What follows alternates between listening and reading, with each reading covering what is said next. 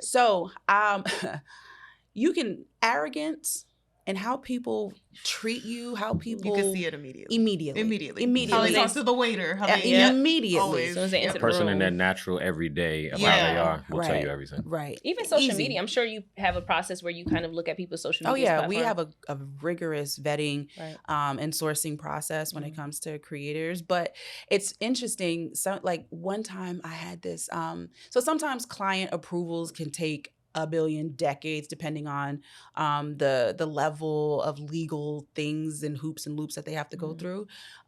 So this one influencer's manager called me.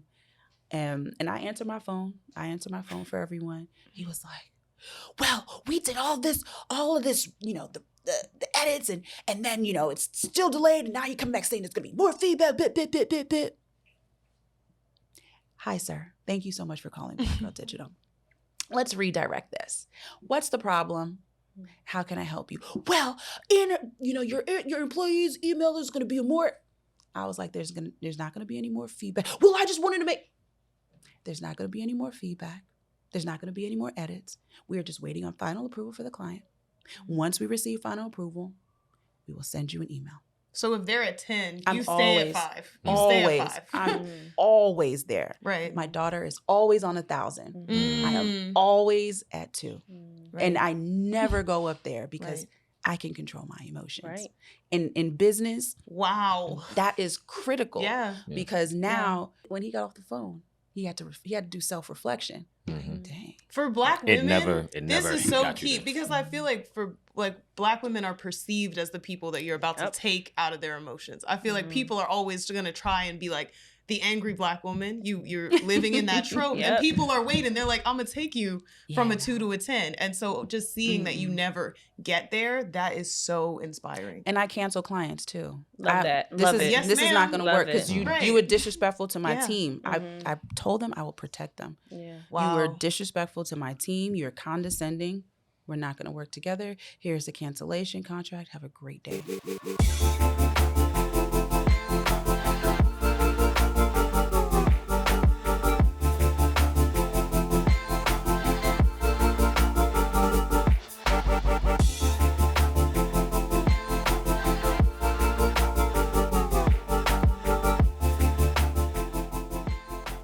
Today we're joined by LaToya Shambo. LaToya, you have continued to carve out space for Black women and women of color in the digital era. You've navigated through different industries, pivoting from an inspiring career in music to spending years at Complex, and now a successful founder and CEO of Black Girl Digital Incorporated and iLinker. LaToya, we're so excited to have you here today. I'm excited too. I can't wait to dive in. You look good. You look good. So you are the queen of pivot. Like, that's what we know about you. And we want to know, a lot of Black women in this country, a lot of Black people, their story of pivoting is going from worker to owner. So can you tell us how that happened for you? Just, give us a little bit of your story. Yeah. So first of all, I don't feel like there's anything wrong with moving in the direction of your purpose. Figure out what you don't like fast and move. And that's really how I've navigated my entire career. So I really thought I was going to be an A&R. Like, legit was like, back in my day, I was in a singing group. Fun fact. You was in Escape. You was in Escape. Not TLC. Nah, you was in Escape. Don't lie. I look like Candy. Yeah, you was in Escape. I know. I get it. I've been getting it all the time. I actually would sing her parts in my singing in the You singing was singing group. Rain all day, Hilarious. wasn't you? Absolutely hilarious. But because I have stage fright, I was like, I'm going to have to figure out something else, another place to be in the industry. So I was like, I love discovering and developing talent. So I was like, I'm going to go be an A&R. I moved to New York from Houston and was going to Five Towns College out in Dix Hills. And then I got my first internship at Bad Boy. And I was like, oh, I made it. Like, I really thought I made it. And yeah, that was not for me. It wasn't for me. And then I made a clear pivot and was like, well, I also love advertising, and shifted gears, went to FIT, and it was the best decision I've ever made And I honestly thought I was going to do radio sales for my life. Let's rewind a bit. When you say it wasn't for you, how do you know? And how'd you feel in your body and your mind? How was that? So growing up in Houston, I hustle different. You know, the New York hustle is different from the Houston hustle. Very. Not saying one is better than the other. It's just that I was like, well, I need money to survive. I also want to be in a place where someone is training and teaching me how to become great. And in the music business, you kind of have to like be super hustler. Like you have to grind for years. Years before the respect is given, years before the money is given. Right. And I didn't have that time. I was like, I'm not on that type of time. And y'all not about to treat me like crap and pay me like crap. And I'm not getting anywhere in a decent amount of time. So you mean to tell me you weren't going to walk the 5 boroughs for some cheesecake for No, Bad ma'am. Boy? Absolutely not. No, that was not my make the calling. band. you were willing to put in that footwork. That was not my calling That was not at okay. all. It wasn't really a good emotional fit at all. Like I had a good time. Like it was fun, but I wasn't gaining anything. I felt like, all right, I'm looking at the BDS report. Okay, cool. I'm organizing a shelf, a cabinet. Okay, cool. You weren't challenged. I wasn't challenged at all. And I didn't want to have to sit around and wait for the challenge. And I also didn't understand how to be proactive in that space. I didn't know where to take initiative in that space because I just didn't know. Right. For a lot of kids of that era, they probably grew up thinking, like, obviously watching TV, reality TV, you would think like working for Bad Boy, like that's huge. Like I want to do that. Like for you, it's like I got that and I seen like that wasn't for me. What was that like pivotal moment that made it very clear to you, like this isn't the space that I need to be in, and then that to lead into that transition into marketing and advertisement? I'm gonna lead with this one specific moment, and it's so basic. It's so, we was called in, all the interns, everybody in the marketing department, we was called into this meeting, and I just showed up to the meeting. Everyone else showed up with like their notebooks and, they were ready. I was like, oh, I didn't know I needed. So boss lady was like, oh, you just in here unprepared? Oh, okay. Well, it's just like, I think it might have been a couple weeks in. I didn't know. This is probably our first big team meeting. I didn't know. Instead of, hey, you know what? This is, when you come to these meetings, this is what you bring. This is how you do it. This is how you come prepared. It was just an attack. Are you enjoying the conversation? Please like and subscribe to our channel. Be sure to hit the bell for notifications and be the first to know when new episodes drop. I feel like everything back then was an attack. Like everything was so harsh, like because the seniority of what it was in music at that point in time was, I'm up here. You want to take my spot. You want to be where I'm at. Correct. And you come in here looking like this. And I feel like that's not conducive to you prospering. Correct. Why am I a threat to you? And I am in my first year of college. But also at the time, there wasn't as many options. So, I'm sure coming up in that time, it was like, well, if there's not that many options, people feel desperate, because now Gen Zers, millennials, they're creating spaces. They're kind of making the moves happen in all these spaces. So now, like, and the older now they all generations are desperately searching for a space in digital. Right. And trying to do that, the old A&Rs are now trying to do what young influencers in Gen Z is trying to do. It's not working out for you. And that's why I said I made the greatest pivot ever, because I was in marketing before anybody was like really understanding it from the advertising lens. And the marketing in the music business was a lot of street promotions, right? Flyers, and clubs, exactly, Hot 97 band. Exactly. It wasn't the let me run an ad, let me boost something on Facebook. Like they were so dated, they didn't catch up fast enough. So how'd you see it? Right. How did you see it? That's a very good question. Well, that's why I'm here. I always knew I was going to be in digital. I remember I always, we need a computer, Mom. We need a computer. She was like, what? she finally got a computer, so I was always on like AOL.com figuring things out. What's your screen What was name? your AIM name? What was your screen name? It was always my last name. It was always I know. We It have a wasn't- good it wasn't- last name. It Shambo wasn't- was a good last It name. wasn't Shambo like is a it good wasn't like last name. Shambo hotness, like wasn't nothing like No, that. Just no. Shambo. I've always been this fake professional. Right. Girl, nothing fake about it. That's the boss now. Yeah, I I mean, because yes. I went through the Bow Wow's Chick 87 era, you know. I need you to go. Not Bow Wow chick. So, you know, this is great to hear that from you. You kind of always knew, like, I know who I am, and like you were a brand before becoming brand was a thing, right? Yeah, it's so funny. I was actually in a couple music videos I will not name, but I'm gonna look for you Doing now. what? I want to look. But doing what? You were in Bump Bump Bump. no, absolutely not. I was not on Bump Bump Bump. Okay, For the record. for the record. And the people that I was hanging out with at that time, that was the scene we were on, and I kind of woke up one day and I was like, I'm done. Thanks, bye. Right. Like, I need to go and focus on me, building my career, building my life, and running behind the music business and in every party and in every video. And it just wasn't getting me anywhere, and I wasn't feeling fulfilled. And I was like, all right, well, I ain't getting any younger. I need to go and make some real money and focus on my career. So in college, while I was at FIT, partying my life away, had a good time. I also took Japanese. Fun fact. It's weird. I know. Wow. I know. I'll circle back around on that. I just wanted to mention it We need that. while it was on my mind. And I thought I was going to do radio ad sales. And the guy that came in our ad group at the time, he was like a sales director at Light FM. And I was like, oh, that's what I'm going to do. And he gave everybody his card, and I called him and I was like, hey, I want a job. I'm interested.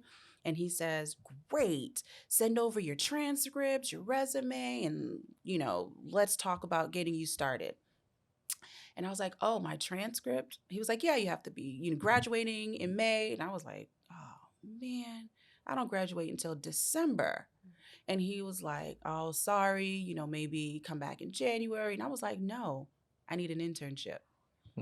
And he was like, absolutely, come on in, you got it. So I started interning at Light FM and in their sales and sales department, and was helping with like a lot of promo stuff. And then when it came time to graduate, randomly, like looking for jobs, I landed in media buying. I was like, well, what is this? What is that? It is when you listen to Hot 97 and you hear an ad spot, Right. I was placing those ad spots. Okay. Wow. So I was working for McDonald's. So anytime you would hear a McDonald's commercial, I bought those spots. Wow. So we did local TV and radio. And I was like, this is so cool. This is like we didn't learn this in school. No one explained that this is a thing. And they had classes teaching us media, teaching us marketing, teaching us advertising in the agency. And I was like, this is great. I said, however, a year later, it's not digital. This was very traditional. I was like, this is not the way the industry is going. I need to go. So I shifted 2 seats over. And because the people, you can always tell the growth of something when you see the staff. Right. So the people that were in some of those high level positions, they've been there for 30 years. Yeah. And I'm like, oh, y'all just like it here. Okay, that's cool. That's not for me. But, oh, LaToya, you're just I'm being smart about my career, and I need to be in digital. So I went into digital planning and did that for a pharma. And I was like, this is boring. Because back then, the digital ads were basic. Do you have an audio podcast? Are you looking to grow your audience? Partner with Prosper Digital TV, a virtual and full-service video production company. Visit www.prosperdigital.tv or call 718-622-0062 to get started today. I started 2008 on traditional, and then I shifted into digital permanently in 2009. So this is like the end of Facebook. Yeah. I mean, The beginning. end of MySpace, beginning of Facebook. Yeah. Okay. Well, I think this is kind of a philosophical question, but from what you're telling me, your career was developing as the digital space was developing. evolving. So you're sort of having to see around the curve. How do people do that? So I feel like if I say like, oh, I feel like my career is in the metaverse and the metaverse does not fully exist yet, or it's not built yet, or it's an AR or VR. How do you sort of see around the corner and make moves without feeling like you're going to fall off a cliff? That's a very good question. And I think where this younger generation gets lost is only focusing on what's in front of them. Right? It's like you can only see what's right here. And you kind of have to dream, right? You have to dream about where you want your life to be, right? And it's like, all right, well, I know that I'm destined to be one of the greatest speakers of our generation. So then what does that path look like? Right? And so now I'm able to figure out where in this career trajectory I need to start and where I need to end. And I can build that path. So I always knew, I always wanted to be a part of digital. So what does that look like? When I'm interviewing for a media planner job, well, what's the next role? And then what's the role after that?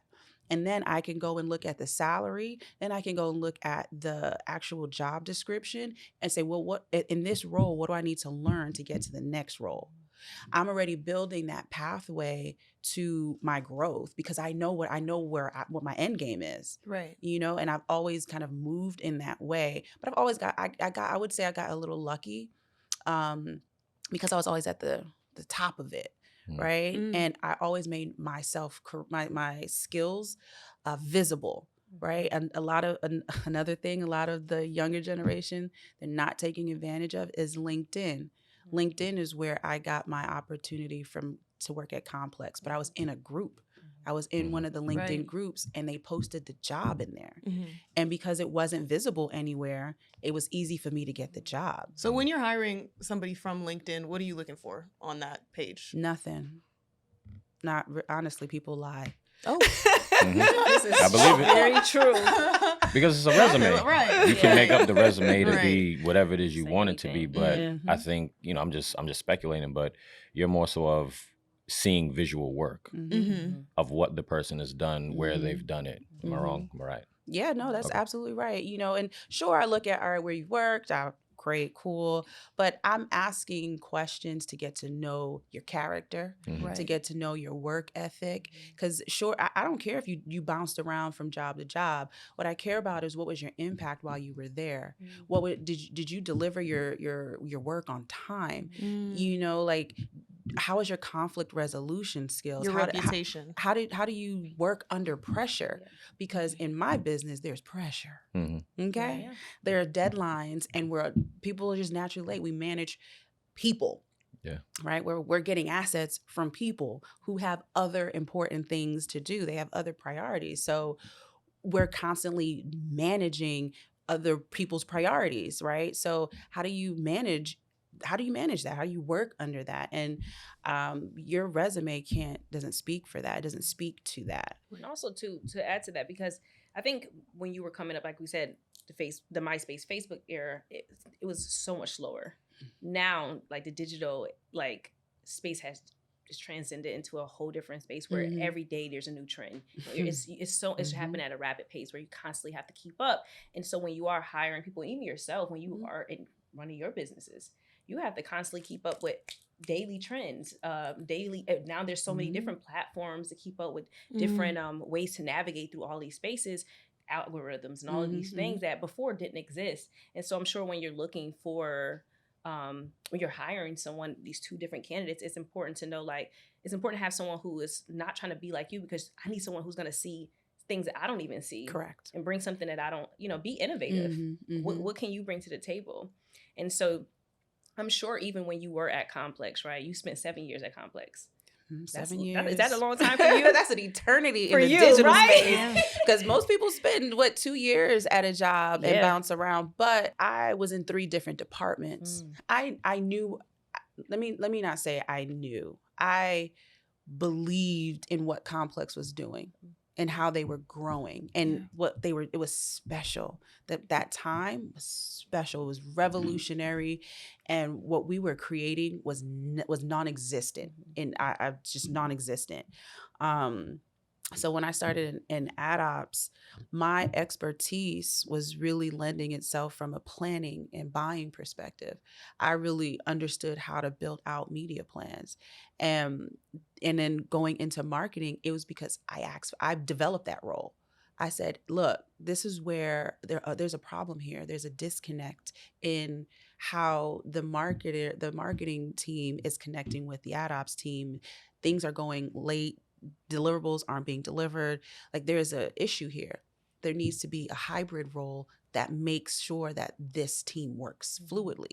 And that just was a thing for me. I could see problems and I can create solutions for those problems. And when you kind of move in that direction, you'll always have a place in the world, you know? And at Complex, I was able to develop a lot of systems and processes to make the cross-functional teams work. So when I'm dealing with people's character and I'm also looking at where people are their greatest, I want you to work in a position where you're able to thrive. I don't want you to do something that you're not happy doing and it's taking all of your energy and you're miserable when you come here. Don't be miserable. How can we make you happy? What's going to make you happy? Can I shift a little bit into your personal story? How did you know? You keep saying end game and you had this end vision, you know, this I'm going to own something one day, or I'm going to run something or figure out these problems. How do you know when it's your last job?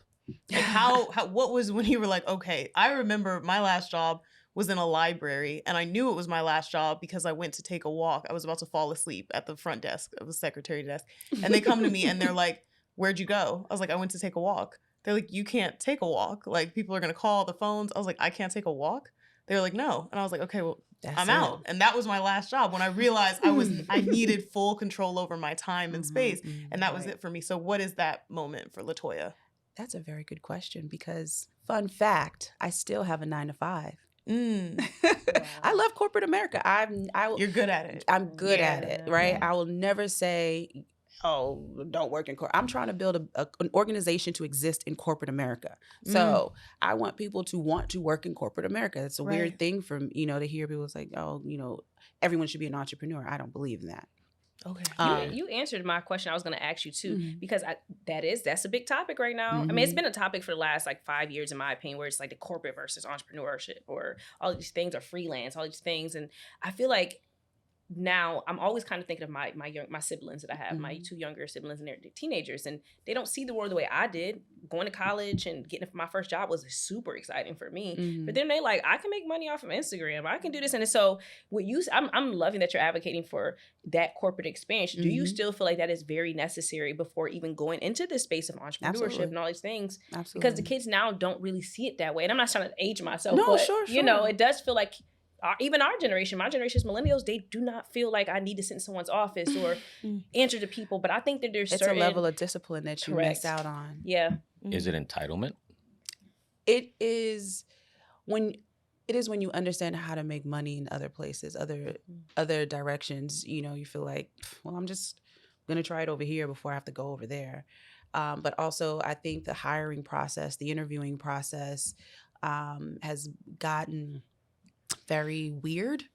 You know, a lot of younger people just don't have good interview skills. They don't know how to build a resume. They don't have enough experience. Some of these entry-level jobs are requiring way too much. I'm like, it's entry level. How they don't know how to do that? Because they want you to do other people's jobs. It's weird.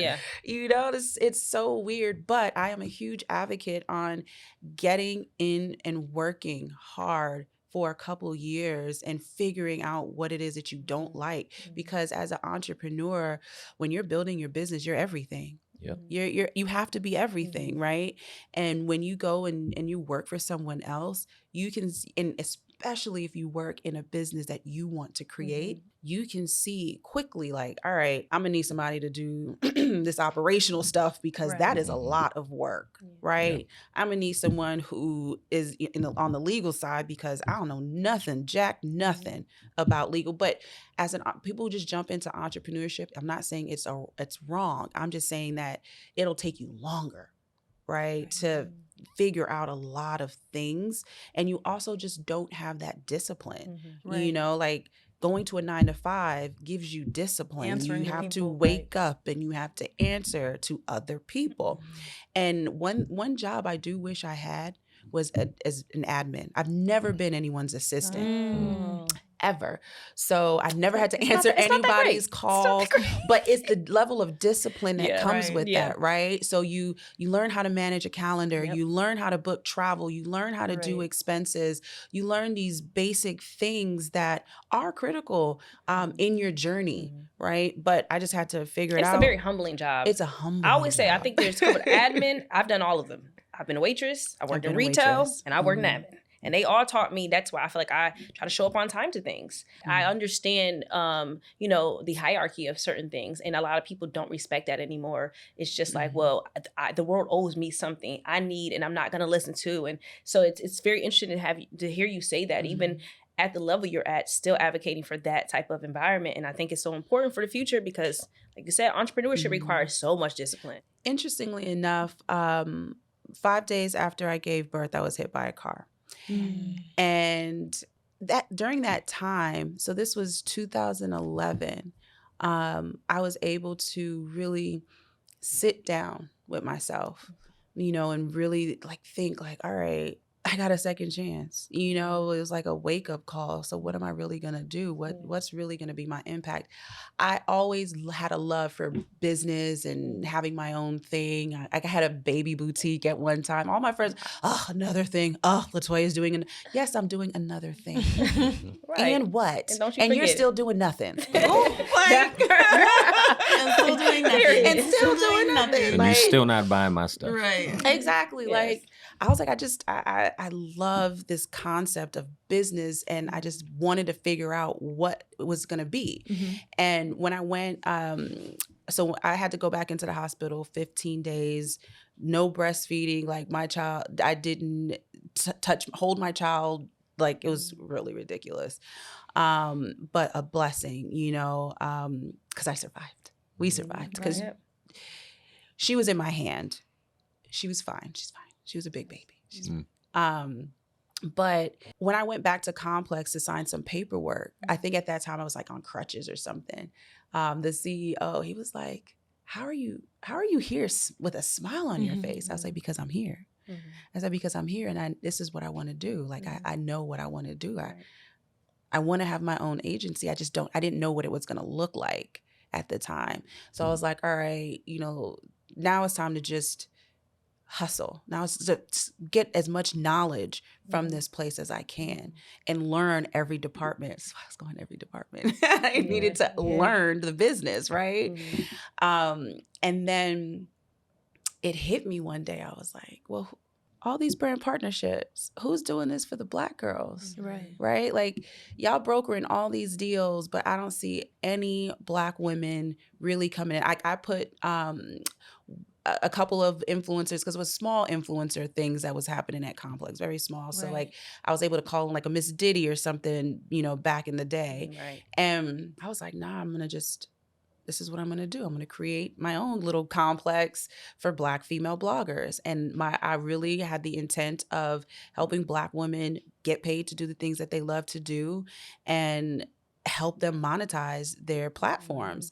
So the first blogger that I was working with was Nicole Kane. So when she had Nicole Bitchy, she had called me and was like, I'm over it. And so I did her rebrand to XO Nicole. Thanks, girl. I mean, you did real work. That was a big rebrand. Because, you know, when I'm talking to someone, I'm listening. When we're talking, I'm listening to, you know, your challenges, what makes you sad, what makes you happy. And, you know, she really was stressing like, this isn't fulfilling. and she loved, she had this other platform that she was working on just silently called Exo Nicole. And it's, women empowerment. I said, that's the future. I was like, that's it. Right. That's what you're going to transition to. That's what you should focus on building. And it was overnight, right? So I was doing her ad ops, and I brought in Fashion Bomb Daily, The Cut Life, and a couple of others. And then, man, when I tell you, I closed my eyes December 31st, 2016, woke up January 1st, 2017, and it was influencer everything. Right. But slow and steady. It was still like a new thing, but I was like, no, this is the thing. Because all of the bloggers were starting to focus on building their social presence, and the brands that I was working with, they were wanting influencers. So I was like, nah, this is the purpose pivot. Like, this is how I have to go. This is my mission stayed the same. I was still able to support Black women and help them get paid to do the things that they love to do in a fair and equitable space without having to shift anything. All I had to shift was the product. I didn't have to shift the purpose. And that brought me such joy, and I'm not going to say it was easy, because I was still like, hey, this is a thing. Hey, this is a thing. The brands, my legacy brands, they understood, and they were like, all right, we'll give you a test budget here and test budget here. But trying to get the big brands, they were like, I don't know yet. We don't know yet. And so it was just it was over time. It took a little while to gain some momentum, but when it hit, it hit. And I'll never forget, every year I do a fast. So in October, I do a 10-day fast to refocus and get focused for the next year, and try to visualize, all right, well, where are we today and where do we need to be by the end of next year? And when I do that, I'm able to kind of build out the plan and get all the tools that we need. So in 2019,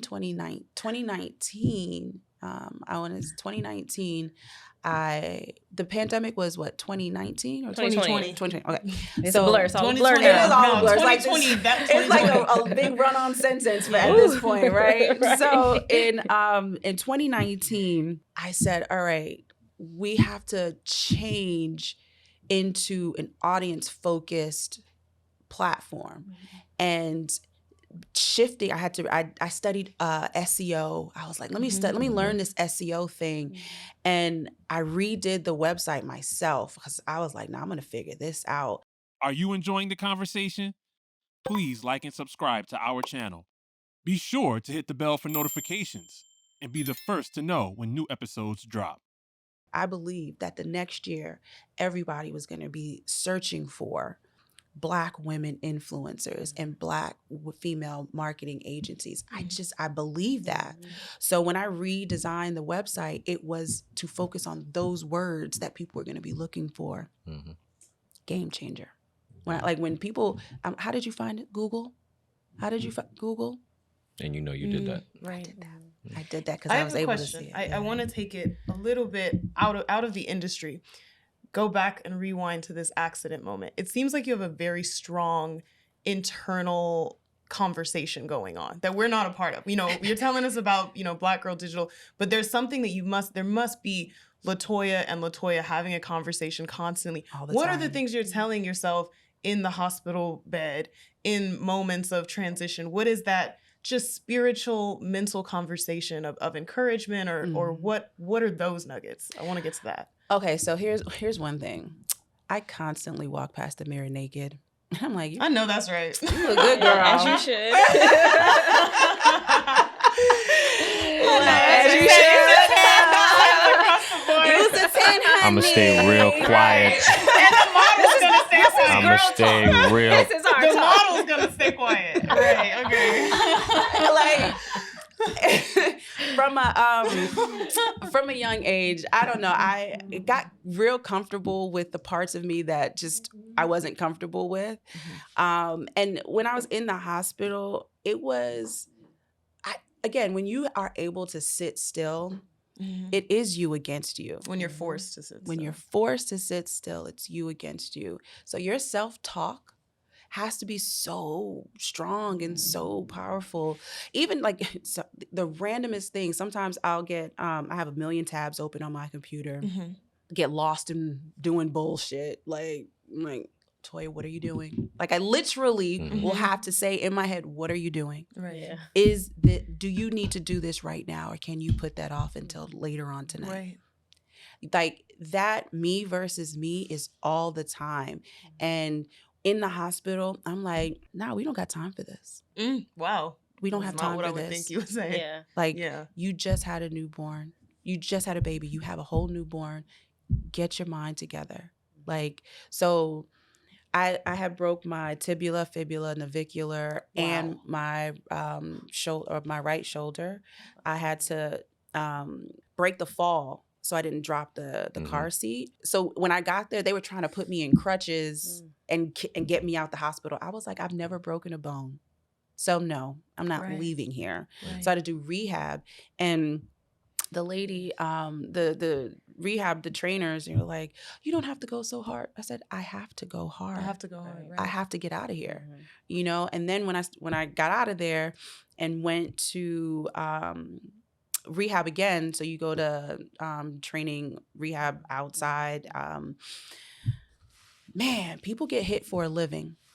No, I'm telling, like, people literally do insurance fraud for a living, right? Wow. And there's this one guy, one day we were sitting there waiting to get in, and he goes, so what happened to you? And I told him, and he was like, and you're here already, and you didn't sit this out, and you didn't go and get all this millions and blip, blip, blip.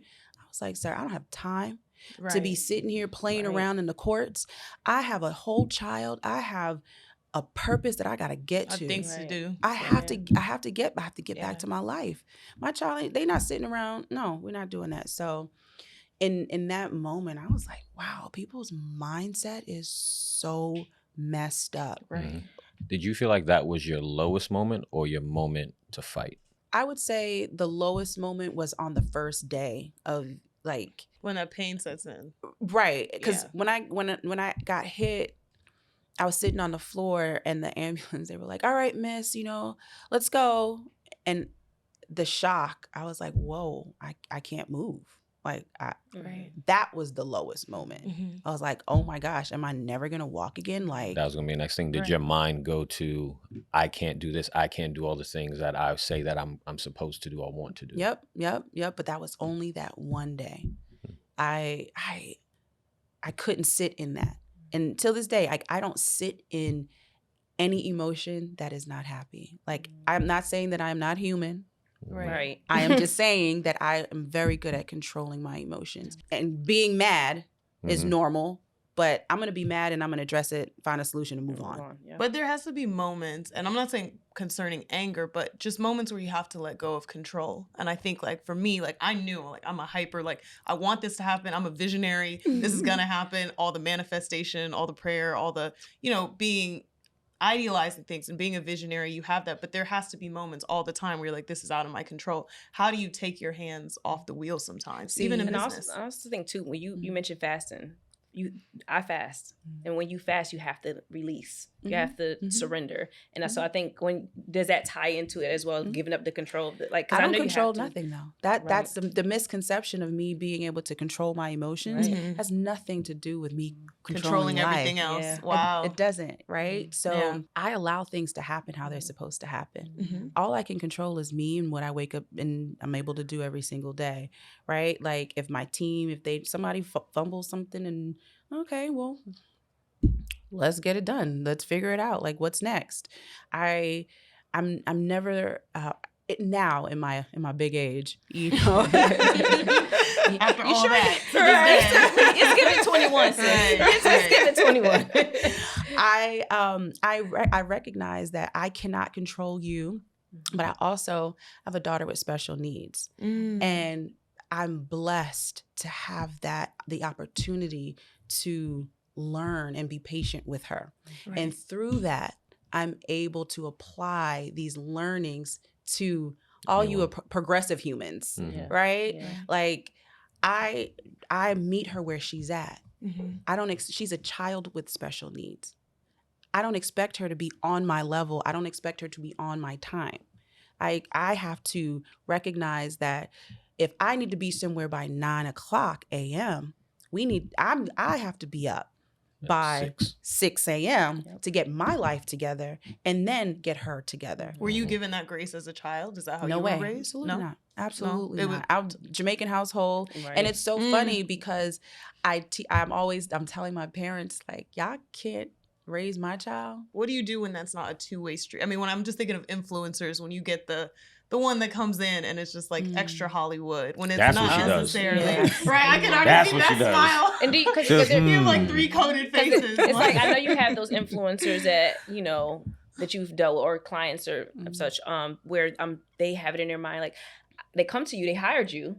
I want you to help me, but then they don't release the control, and it's like, okay, so how do you handle those moments? Well, first and foremost, my business is built on core values.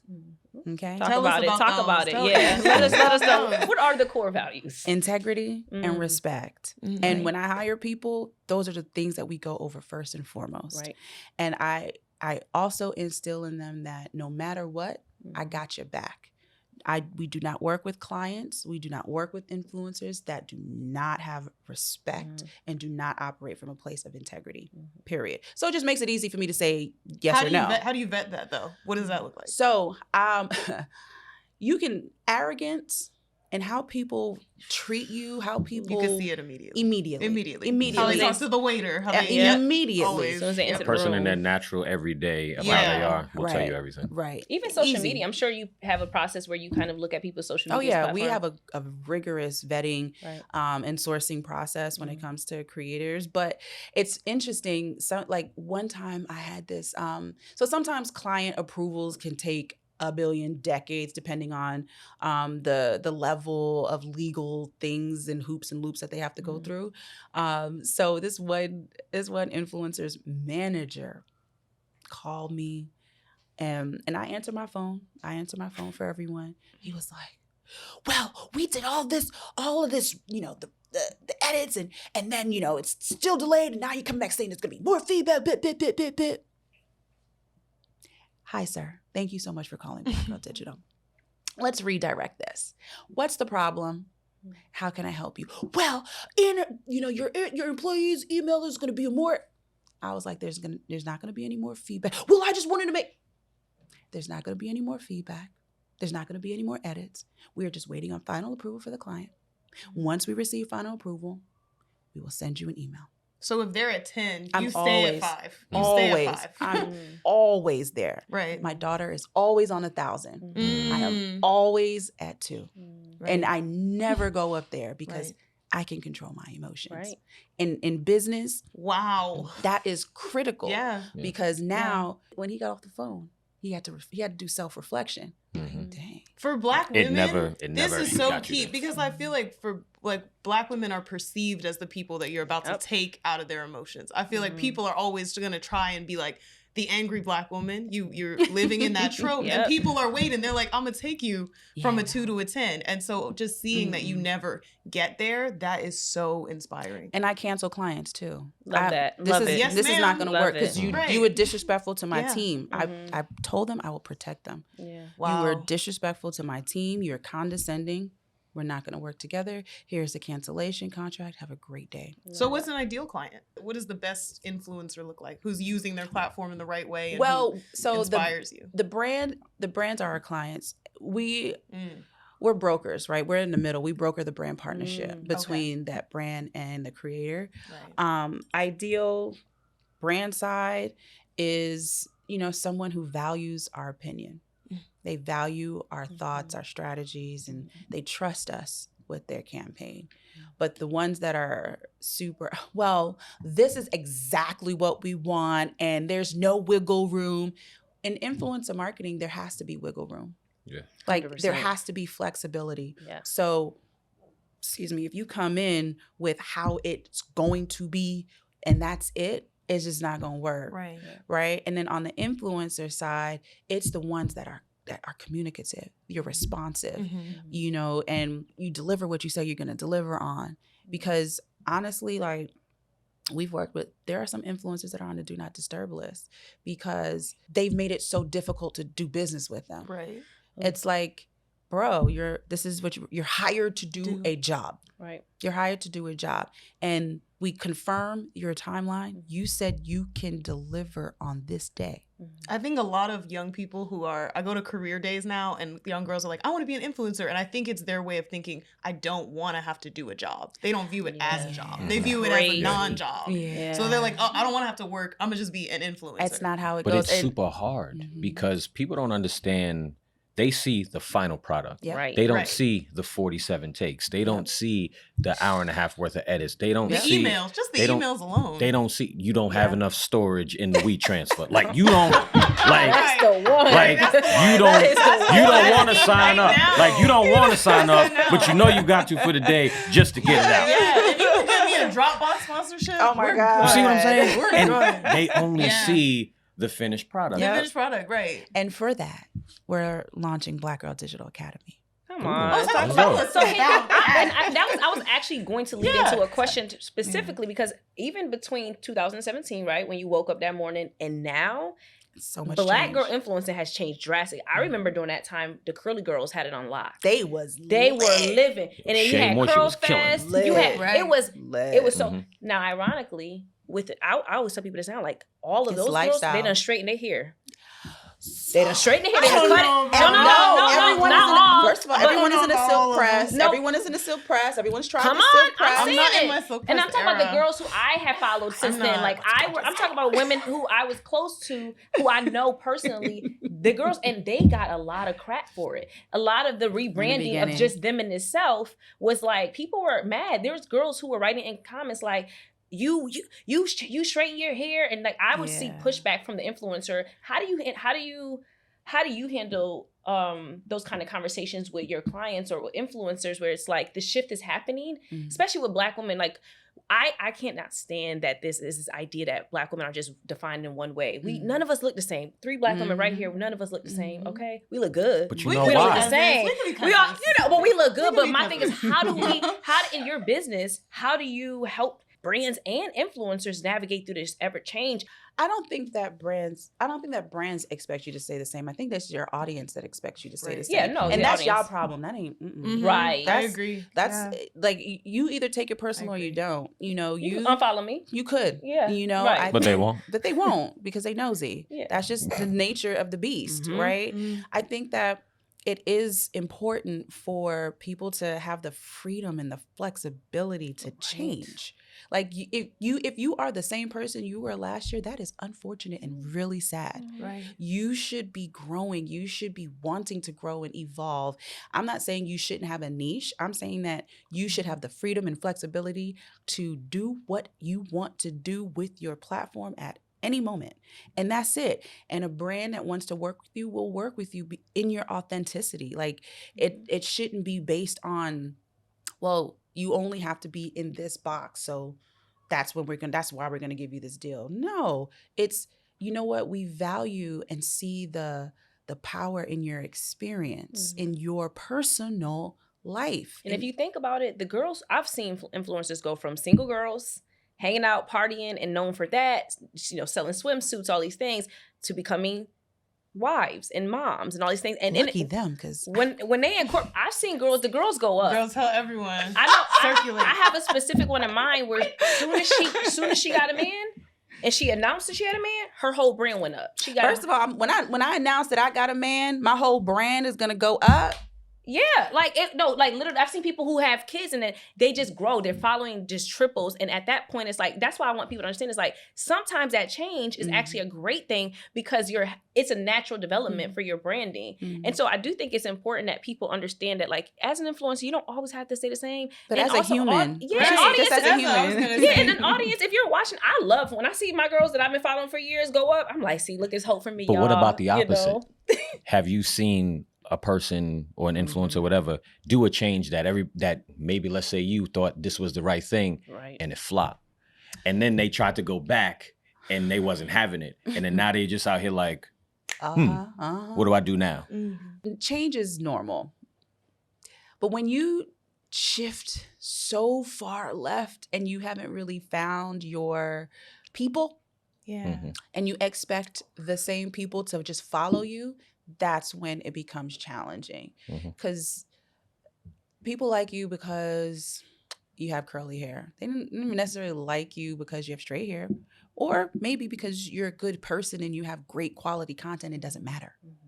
But you have to figure out your audience. You have to develop these relationships that allow you to evolve and figure out like, all right, well, I want to change. Do I start a new platform, or do I change right here in this platform? Do you have an audio podcast? Are you looking to grow your audience? Partner with Prosper Digital TV, a virtual and full-service video production company. Visit www.prosperdigital.tv or call 718-622-0062 to get started today. Well, I feel like that's the difference in a lot of ways between influence and leadership. And I feel like influencers, they have to follow trend cycles, or they're constantly in this sort of loop. And the girls that I've loved watching the most are the ones that go from being influencers to then leading in these industries, or becoming like proper models or television hosts, or things that are really like they can step outside of the fray. So let me clarify something, right?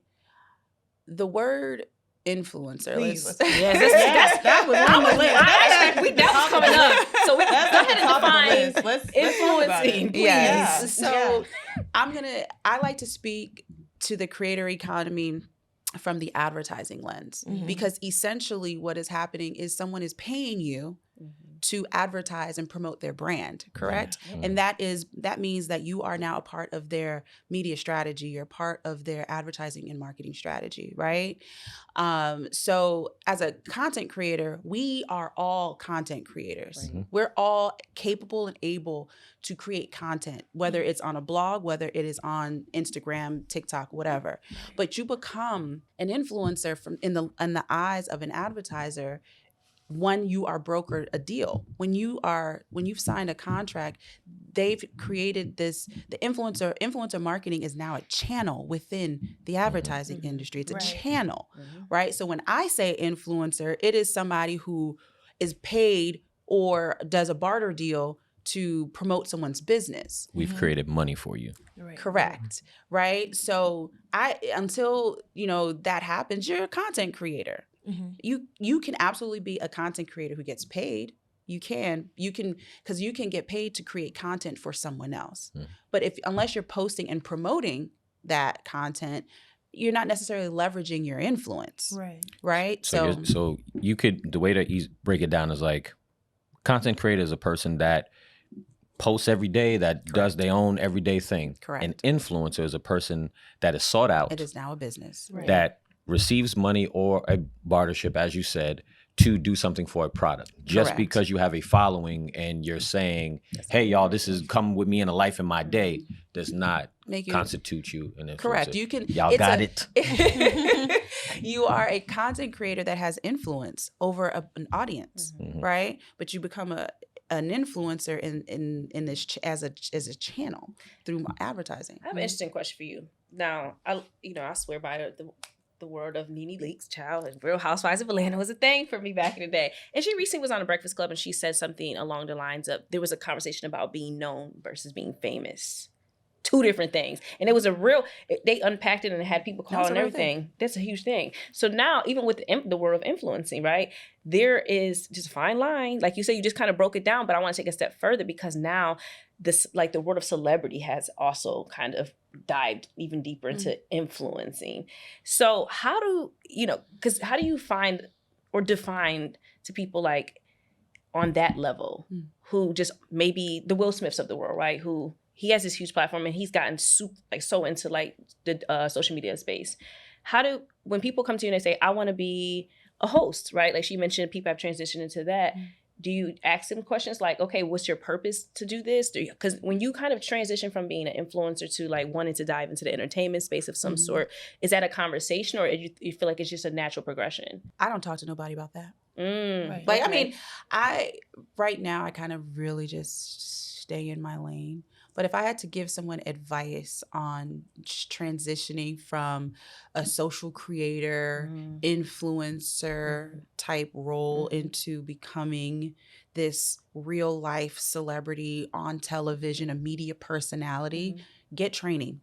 Right. Like get media training. It's not an automatic set of skills. Right. It is a different set of skills. But do you find that people have that desire and they just think it's gonna just happen because they're influencers? I don't think everyone does. I think people love the idea of having creative freedom because once you become a media personality, you don't necessarily have that creative freedom unless you're directing and producing your own show. Right. But when you go on to someone else's platform, you kind of have to be in their rules and in their world.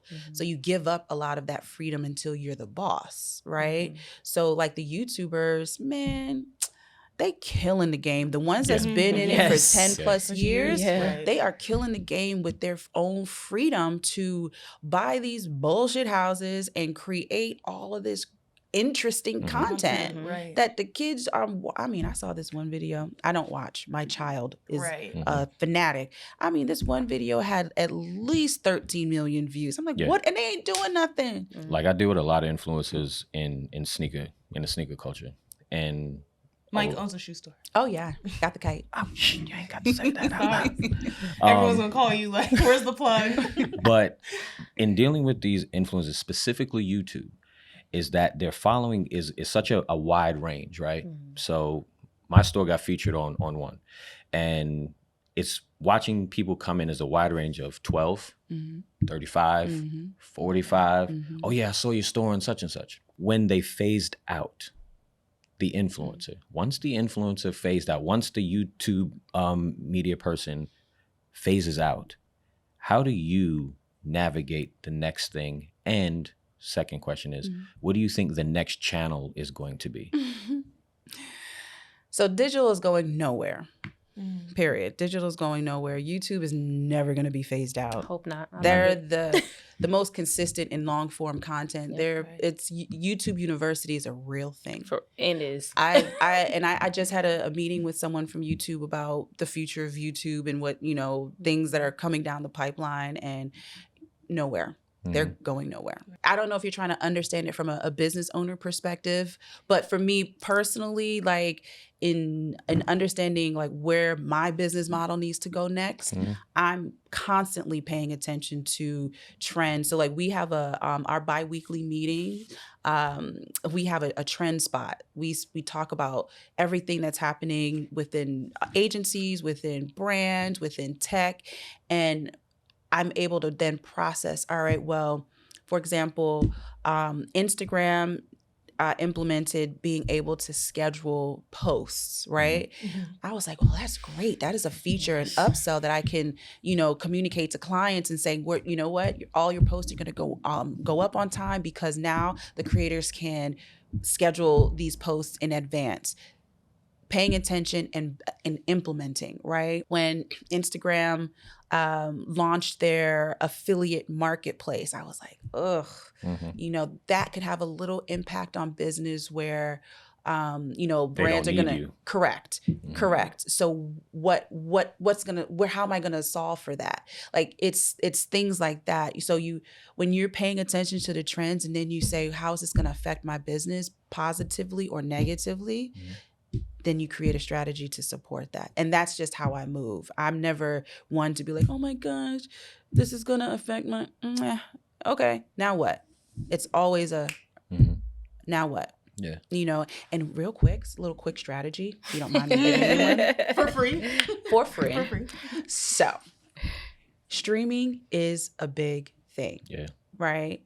Get with these gamers and do some collaborations while they're streaming to plug your sneaker store because those people are on that game for hours. Twitch is different. Twitch is a whole different. No, but there's like other borderline ones. Addiction. Yeah. It's borderline. Twitch is like that's one, and then there's these other ones that the gamers are like on crazy. The smaller, yeah. Right. Before I say anything else, Thank you. Yeah, Anytime. thank you. Right. No, you've been dropping gems. You've been just laying them out for us. It's Like, so wonderful. And I wanna just give you a chance to talk about the future. I know you mentioned Black Girl Digital Academy.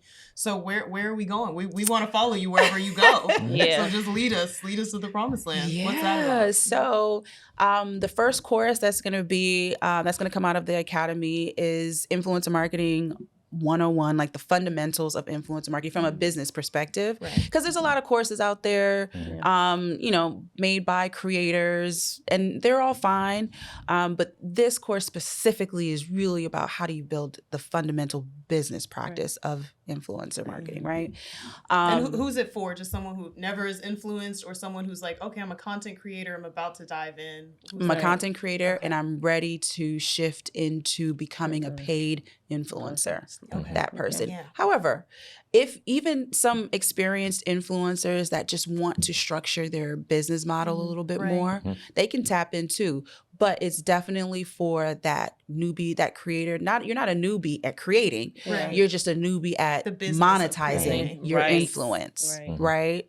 So that's going to be the first the first course that we roll out. But the vision for the academy is really about creating these mini courses about the digital space. It's just like understanding how to think about strategy from a digital perspective and leveraging it for your business, right? It's like there's just you don't know until you experience it. Right. Like they don't teach any of this in school. Because the kids that I'm interviewing, they don't know jack shit. Nothing. They don't even know how to introduce themselves properly. They don't know about pitching and all that. The world's different than it was. Seriously, yeah, like even some basic stuff like how to deliver a recap report. I know that sounds weird, like when will I ever do that? But it's presentation skills, right.